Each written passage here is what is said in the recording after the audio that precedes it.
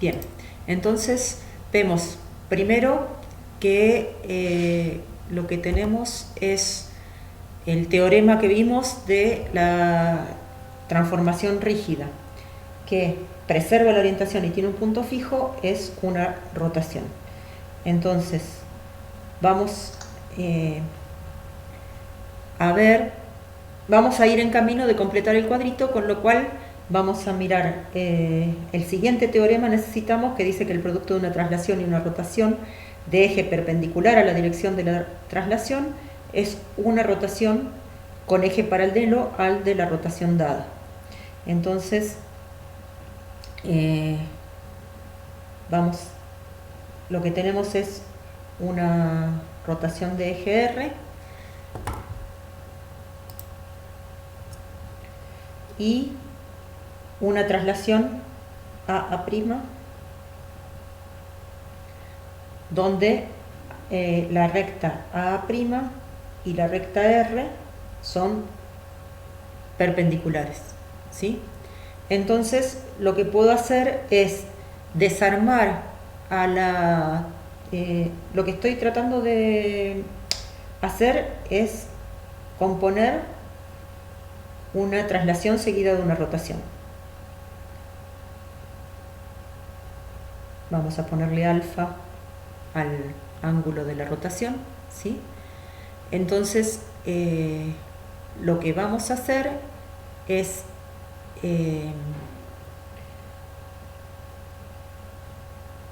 escribir la traslación por dos axiales, ¿sí? Una axial acá, no, perdón, esa última no. Dos axiales que sabíamos que tenían que estar a una distancia de la mitad del vector. Entonces acá tiene que estar A y A' viene a ser la misma que R. ¿Está bien? Entonces acá lo que hice fue desarmar a la traslación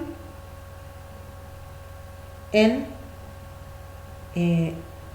dos axiales donde la segunda axial coincide con tener el mismo eje que la rotación, ¿sí?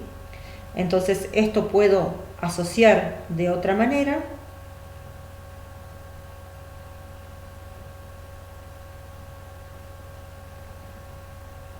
¿no?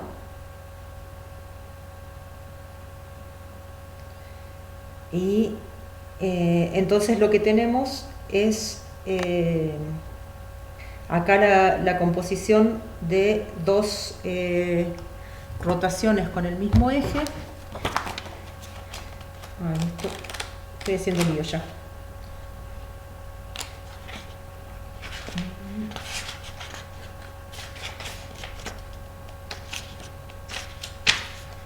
Me parece que en vez de con axiales tendría que haber desarmado con planas.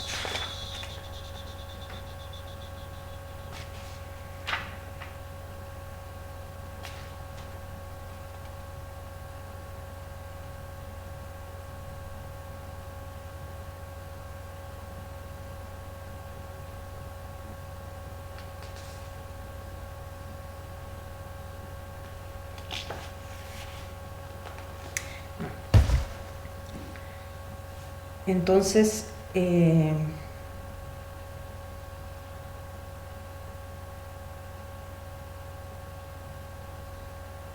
sí, vamos a ir por otro lado. En el libro lo resuelve mirando las en el plano. Bien, entonces tenemos la composición de una rotación con una traslación y lo que vamos a hacer es mirar que tanto para la rotación como para la traslación hay un plano pi perpendicular a R que es doble tanto para R como para la traslación, ¿sí?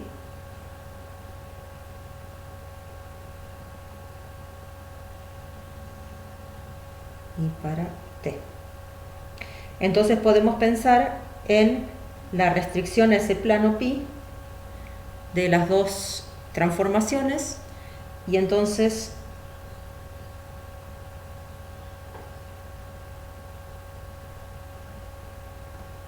miramos ahí que estamos componiendo una rotación con una traslación, y eso sabíamos en el plano que nos da entonces una rotación, ¿sí? O sea que si hacemos restringida pi seguida de g de r alfa restringida pi, esto nos da una rotación en el plano, ¿sí?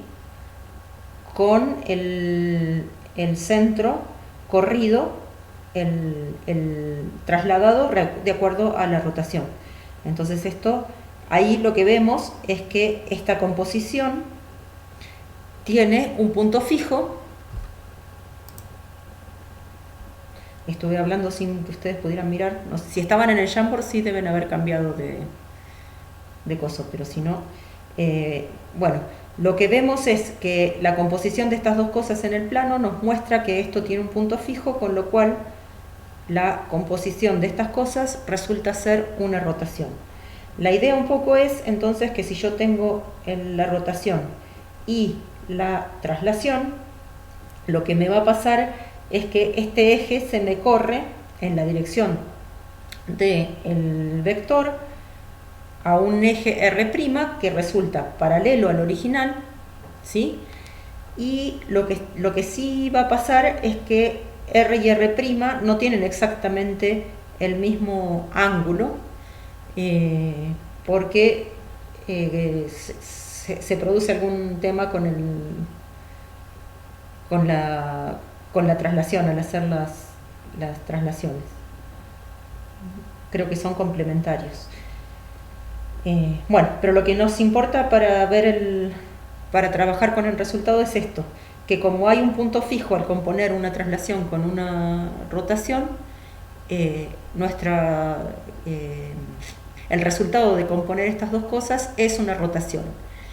Esta no es una composición que sea conmutativa, o sea, si hago primero la rotación y después la traslación, me va a dar otra cosa, pero el tipo de resultado que me da siempre es rotación.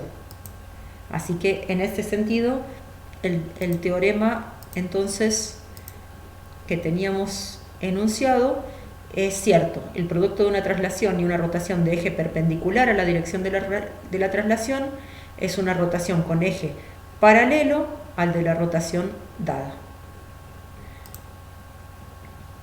Bueno, teniendo esto en mente, vemos ahora el teorema de que toda transformación rígida que preserva la orientación es una rotación, o es un movimiento helicoidal, o es una traslación.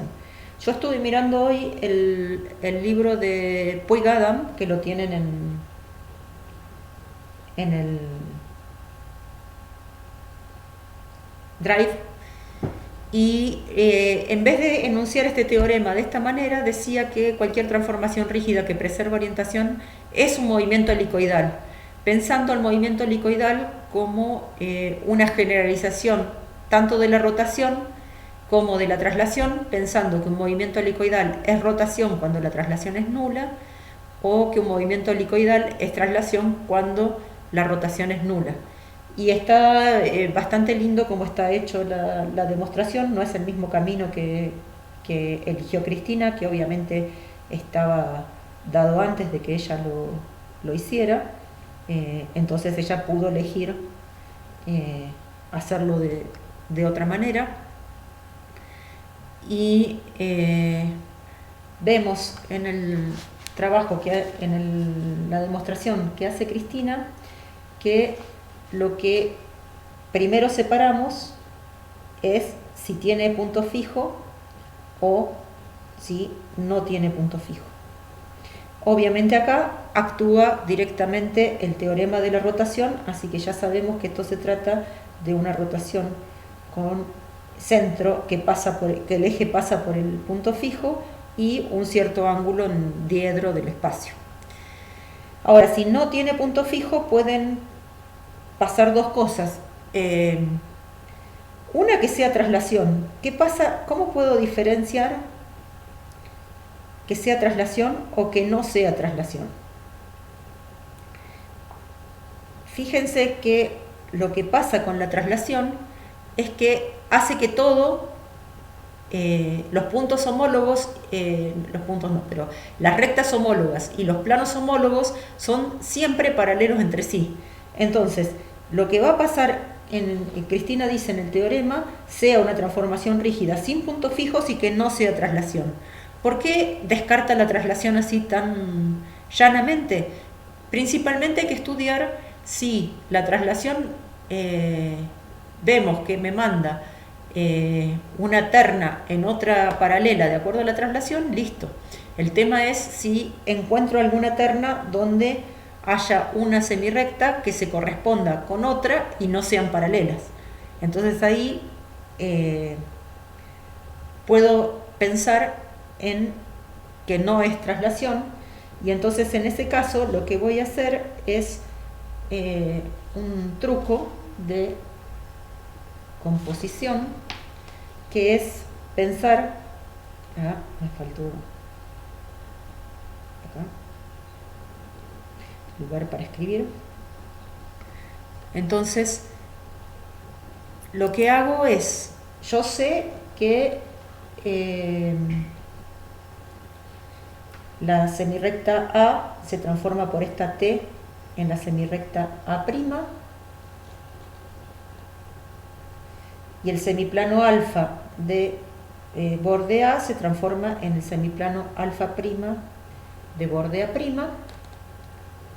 y que el semiespacio E1 se transforma en el semiespacio E1', de tal manera que se preserve orientación. ¿Sí? Entonces, lo que puedo hacer es pensar en, esta por supuesto tiene un origen que es A y este es un origen que es A'. Entonces, esta misma terna de partida, lo que hago es buscarle la imagen,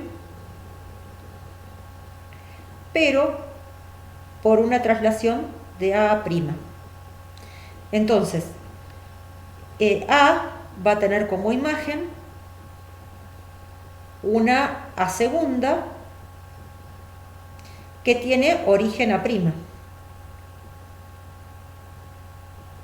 Alfa va a ir a parar a un semiplano alfa segunda que tiene borde A segunda. O sea que A' está contenido en alfa segunda. ¿Sí? Y el E1 va a ir al E1 segunda por esta traslación. ¿Qué es lo que pasó acá? Que tenemos A' y A segunda, donde A segunda es paralela con A. ¿Sí? A y A segunda son paralelas porque la traslación me manda paralelas en paralelas. Pero lo que me conseguí acá es que A' es punto fijo. Entonces ahí, aplicando el teorema de la rotación, tiene que haber por acá algún eje que me mande A segunda en A', ¿sí? Entonces acá vamos a ponerle nombre al eje, y lo que va a estar pasando entonces es que de A segunda, o sea, lo que hice, el camino que estoy haciendo es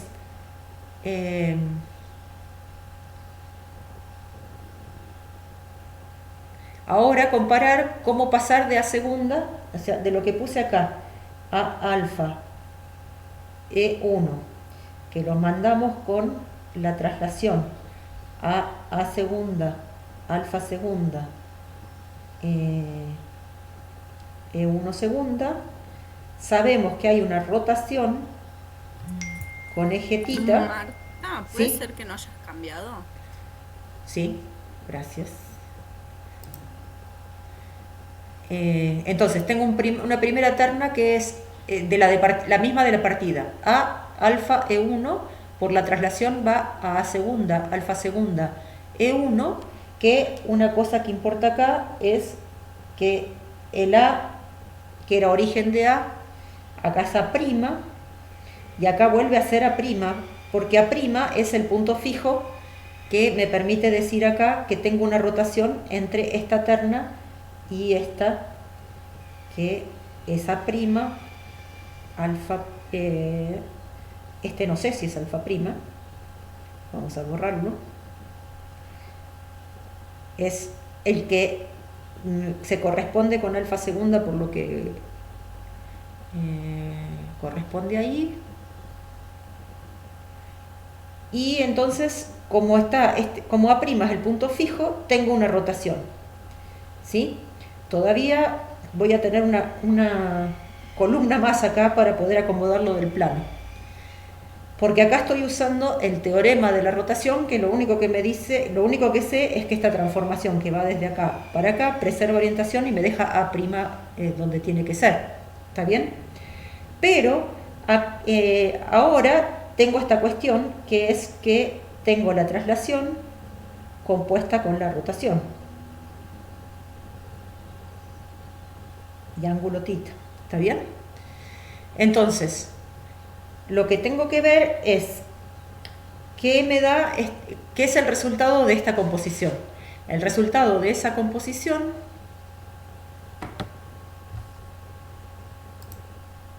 ¿se les borró a todos? ¿Qué pasó? Dejaste de compartir. Sí, no se ve. Pero el Jitsi no se fue, porque a mí me pareció como que no estaba... No el problema en el Jamboard, sino en el Jitsi. No, pero estoy en el Jitsi. Bueno. Solo me pareció que dejaste de compartir la pantalla a mí. Bueno. Sí. Algo había pasado. Buenas, hola. Hey, ¿qué tal, Marce? ¿Cómo va? Hola, Marce. ¿Qué tal? Hola. Cristian también estás, qué bueno. Buenísimo. Bueno, entonces necesito una pantalla más para ver qué está pasando acá. Ya estaba en grande. ¿Qué está pasando acá con la rotación? O sea, lo que estoy mirando es que la terna la mandé a una terna con la traslación donde estas dos son paralelas y donde estas dos comparten el origen. Entonces, por el teorema, como estas dos comparten el origen, la transformación que me lleva de una a la otra y preserva orientación es una rotación. Entonces, lo que tengo que estudiar es qué me da esta composición de traslación con rotación. Recién vimos que si R y A' eran perpendiculares, se trataba de una rotación. Pero también sabemos que si R y A' son paralelas, se trata de un movimiento helicoidal, porque es la forma en que definimos el movimiento helicoidal. Entonces, el caso que nos faltaría ver para terminar de ver que esto es un movimiento helicoidal o rotación, justo en el caso de que R y A' sean paralelas, lo que tenemos que ver es cómo hacemos para resolver la composición de una traslación seguida de una rotación cuando la recta esta que contiene el vector y R no son paralelas y tampoco perpendiculares. Entonces este es el caso que nos está faltando mirar, y lo que pasa ahí es que justamente la dirección de la traslación la separo en una paralela y una perpendicular. La traslación la escribo como la composición de una paralela seguida de una perpendicular o al revés, y entonces cuando esta la desarmo, me termina pasando que este eje se me corre de lugar y que se me corre por la que es perpendicular y me sobreviven la rotación y una traslación paralela al eje de rotación. Entonces ese caso es un movimiento helicoidal de eje R'. Y de ángulo que tiene que ver con θ, pero no estoy segura cuánto da. Entonces, cuando acomodo las cosas para terminar acá en A', alfa' y E1', lo que me permite pasar de acá a acá es un movimiento helicoidal. Y no les mostré nada porque me olvidé de compartir la pantalla.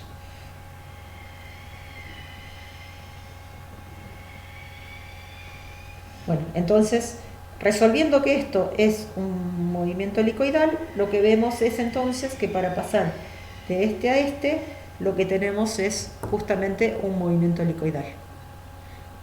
Lo que pasa que no puedo caracterizar bien ni este punto ni este, porque en realidad estas dos, la dirección del vector y la dirección del eje, no tienen por qué ser perpendiculares, que es lo que sabíamos hacer, o paralelas, que es lo que sabíamos hacer. Pero si resulta secante no perpendicular, lo que hay que hacer es desarmar la traslación en una perpendicular y una paralela, y con eso entonces obtenemos un movimiento helicoidal. Entonces tenemos nuestro teorema, que decía que o tenemos una rotación, o tenemos un movimiento helicoidal, o es una traslación.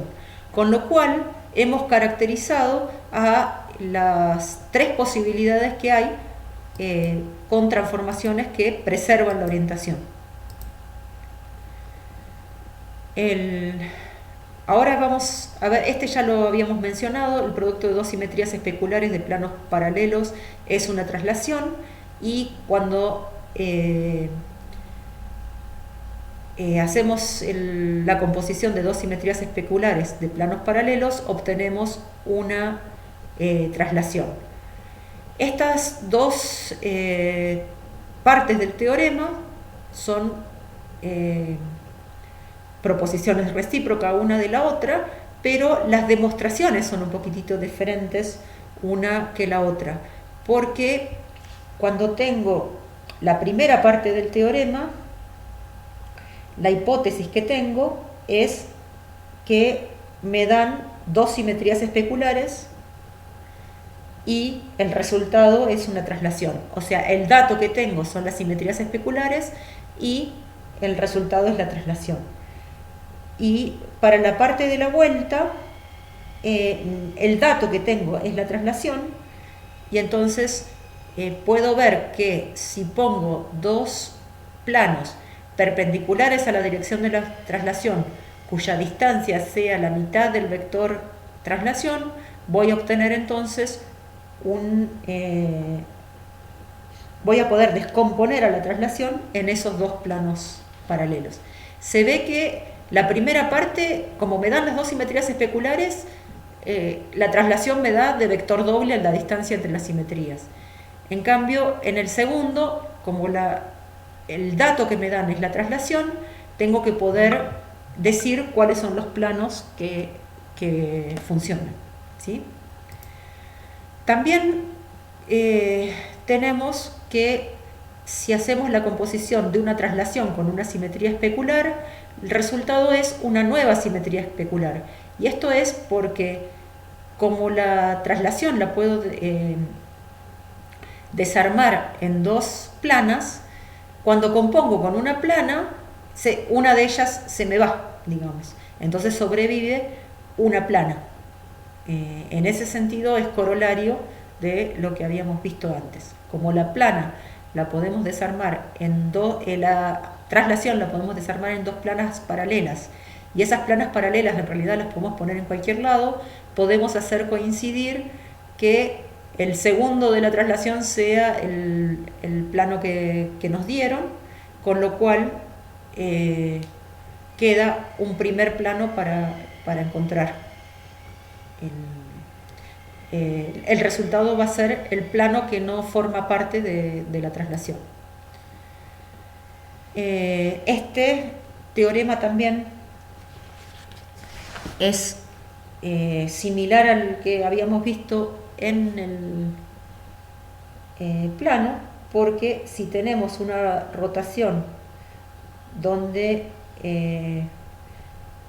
el ángulo de una sección plana es el A o A', entonces si trazamos el ángulo diedro, ¿sí?, de eje R y que me lleva el semiplano este en este, ¿sí? O sea, tengo una G, R y el ángulo sería el gamma delta, ¿sí? Ahí hay un plano que es bisector del gamma delta, que lo puedo llamar omega.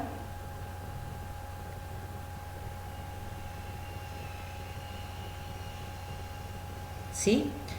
Y entonces este plano omega que anda por acá, si yo hago ese gamma seguida de ese omega, lo que puedo mostrar es que el semiplano gamma se transforma en el semiplano delta por esta composición, porque primero queda fijo para ese gamma y después se transforma en delta, siendo este el bisector.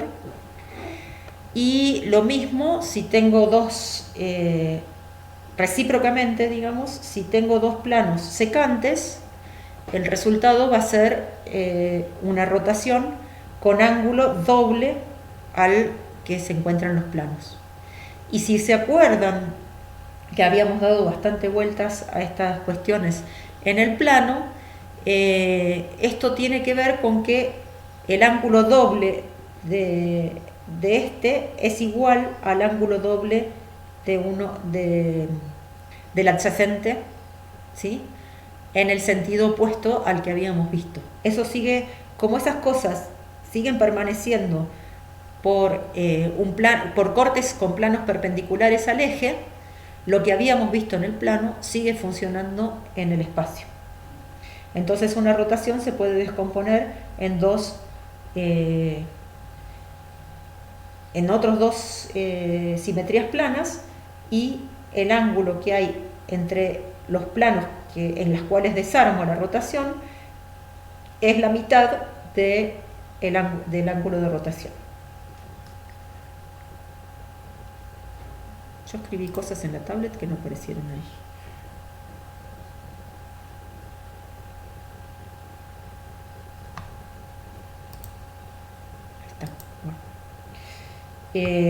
Bueno, entonces llegamos ahora a ver esta cuestión con las que no preservan orientación. Y acá hay un teorema bastante simplificador, que es que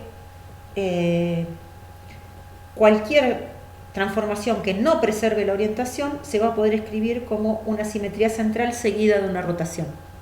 Entonces, pensemos en que tenemos el par A alfa E1 y T no preserva orientación y me manda a alfa prima E1'.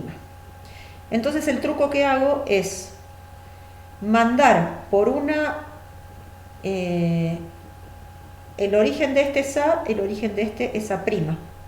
Si O es el punto medio de A',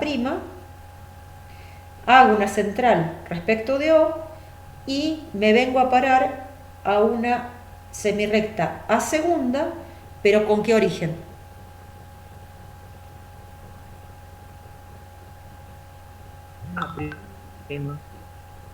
Con origen A'. Sí. Bueno, perdón, pero justo no lo escuché. Con origen A'. Entonces, acá, ¿qué pasó? Del 1 al 3, del 1 al intermedio, SO no preserva orientación. O sea que el signo de este par, de este terna, es distinto que el signo de la primera terna, pero es igual que el signo de esta.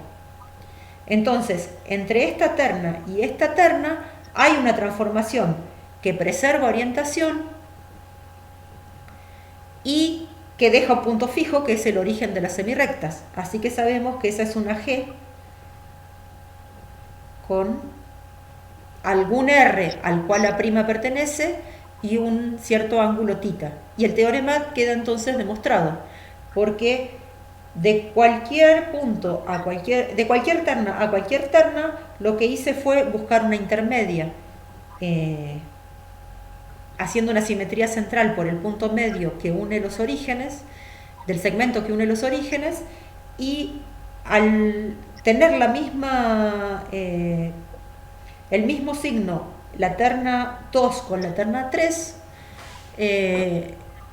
la transformación que me lleva de la 2 a la 3 preserva orientación y deja un punto fijo, así que sé que eso se trata de una rotación, gracias al teorema multipropósito de la rotación, que no es que sea multipropósito, pero es el que permite hacer toda la clasificación, porque justamente esa es la clave de la clasificación. Entonces, aparece este teorema porque si ustedes miran el capítulo, este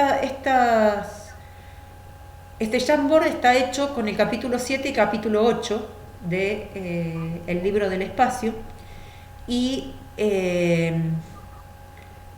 entre medio Cristina viene nombrando las transformaciones rígidas de movimiento helicoidal, reflexión deslizante y rotorreflexión.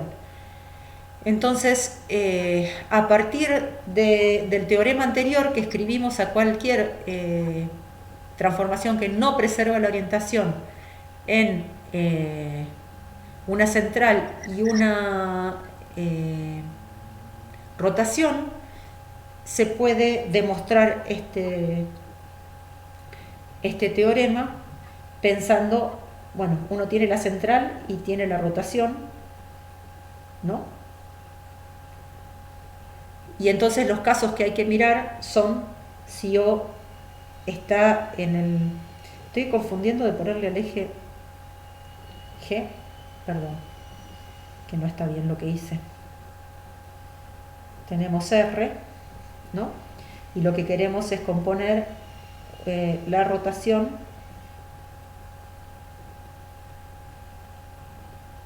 con la central, y acá las dos casos que tenemos que mirar es si el centro de la simetría central está o no en el eje de la rotación. Si justo llega a estar en el eje, o sea, vamos a mirar un poquito este caso.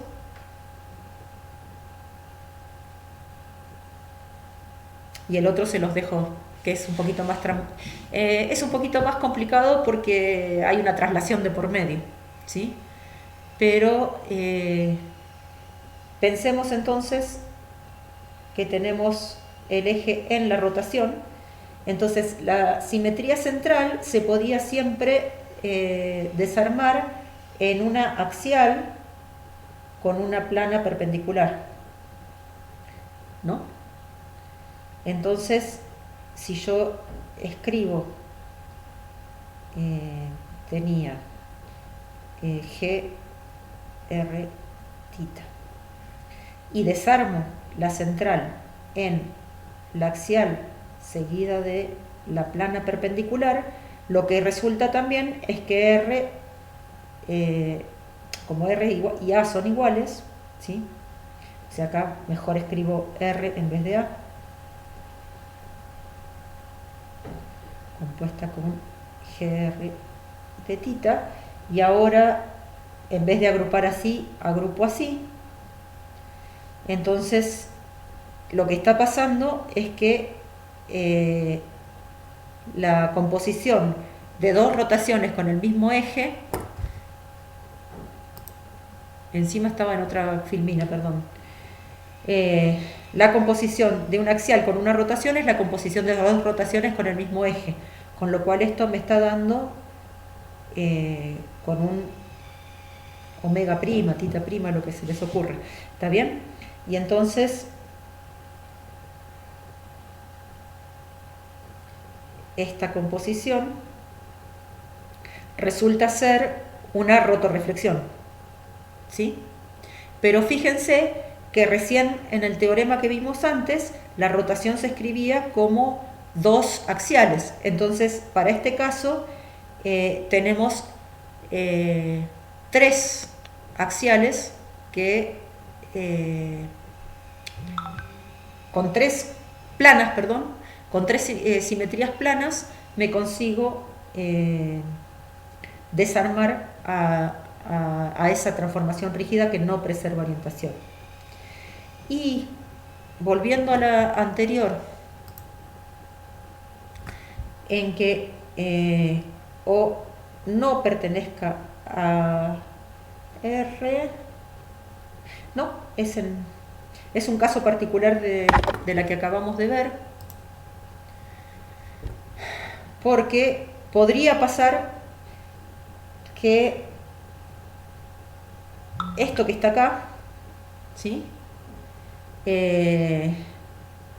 Si justo son, si esta también es una simetría axial de eje R, ¿sí? Esto me da la identidad, o sea, esto me puede dar la identidad o una rotación. En el caso que me da la identidad, me da una simetría plana, y en el caso en que sea una rotación, me da un movimiento helicoidal. ¿Sí? Y bueno, el caso en que O no pertenece a R, lo que nos va a pasar es que el R se va a correr. R se va a correr a una paralela, ¿sí? Y entonces voy a tener la composición de una rotación con una traslación, pero a la traslación la voy a poder escribir como planas, y al final solamente voy a necesitar tener tres simetrías planas para poder escribir también el caso en que O no pertenece a R. Bien, entonces teniendo todos estos teoremas, podemos llegar por fin, ¿sí? Decime, Andrea. Pregunta, dice que dijo algo y no escuchaste. No. No se escucha. No se escuchó. Lo escribió en el... Sí, dice, pero no había dicho que era una rotorreflexión. Sí, perdón. Tiene razón. Puse movimiento helicoidal que sí preserva orientación. Es una rotorreflexión.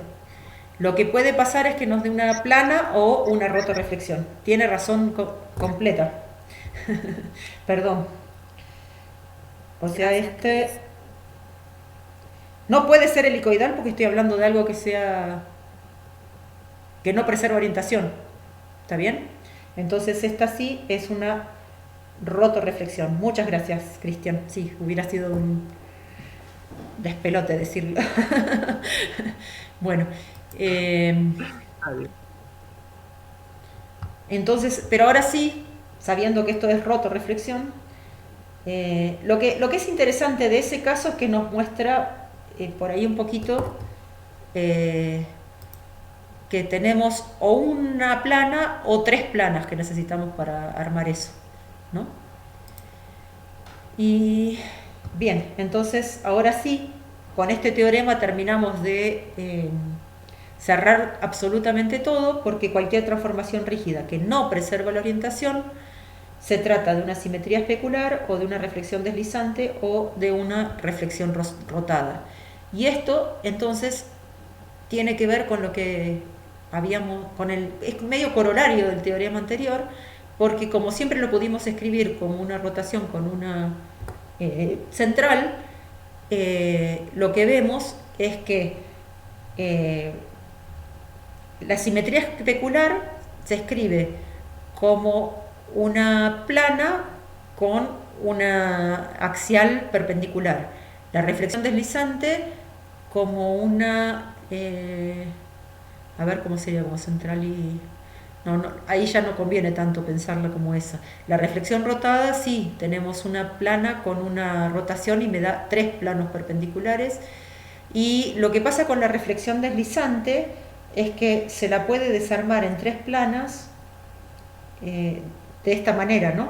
Donde 2 de los planos me dan la traslación la hice muy cortita, al doble de distancia de los planos, ¿sí? Las 2 planas estas paralelas me dan la traslación y una plana perpendicular a ellas dos me da la reflexión deslizante. ¿Está bien? Entonces, al ser cierto que cualquier transformación que no preserva orientación se escribe como producto de 3 especulares o menos, la simetría especular es ella sola, la reflexión deslizante necesito estas 2 planos paralelos y una perpendicular, y para la reflexión rotada necesito un plano que me da el de reflexión y 2 planas que son la mitad del ángulo de rotación que ellas arman.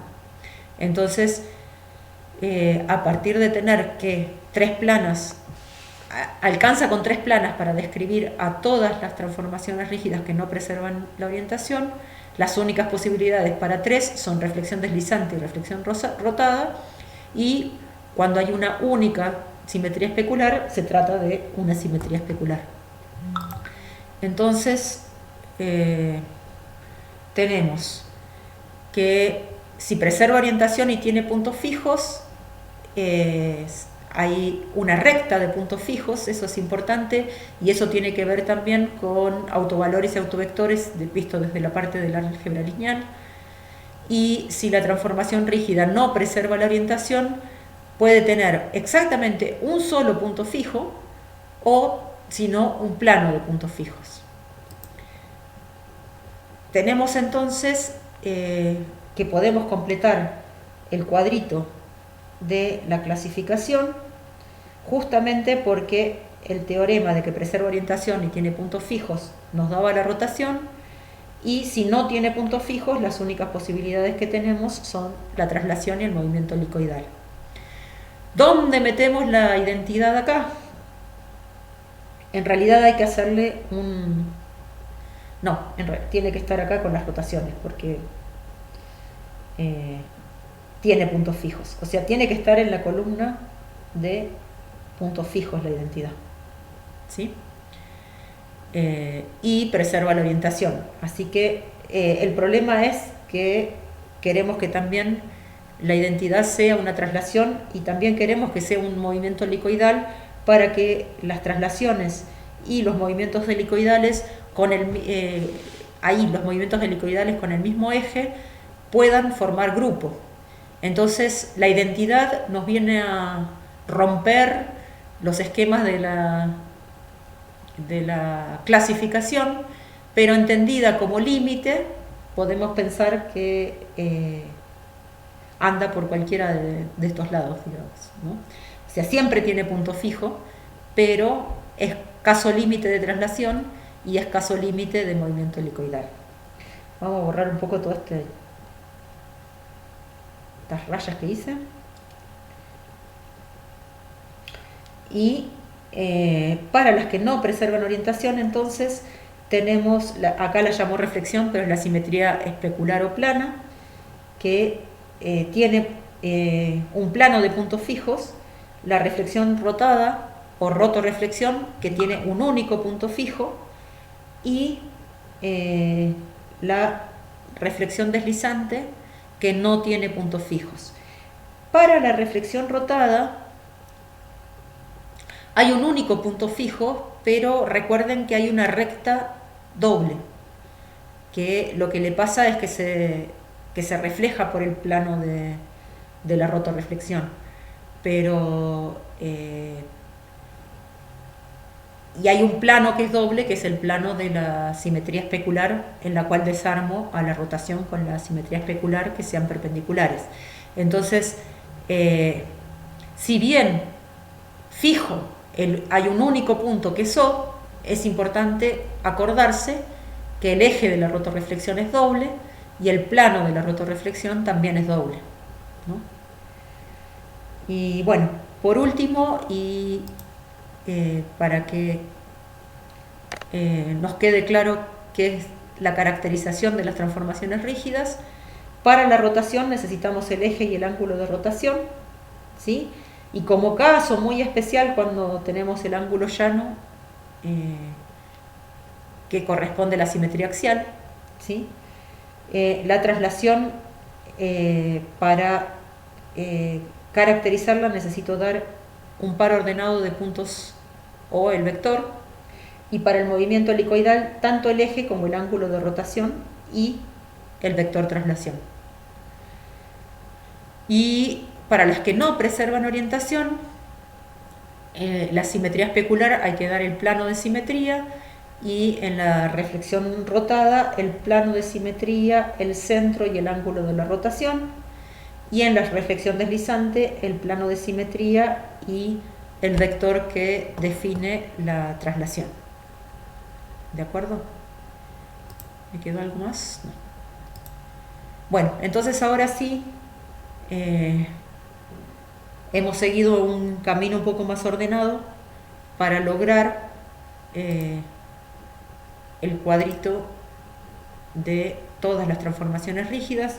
Me gustaría que consulten un poquito el Puig-Adam porque es una...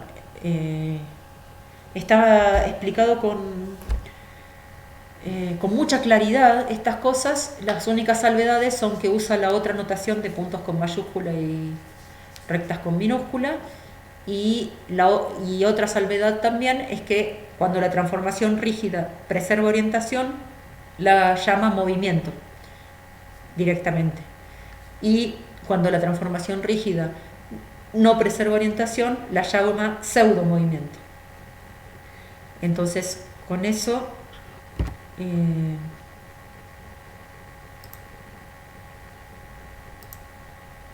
está, dejé de compartir.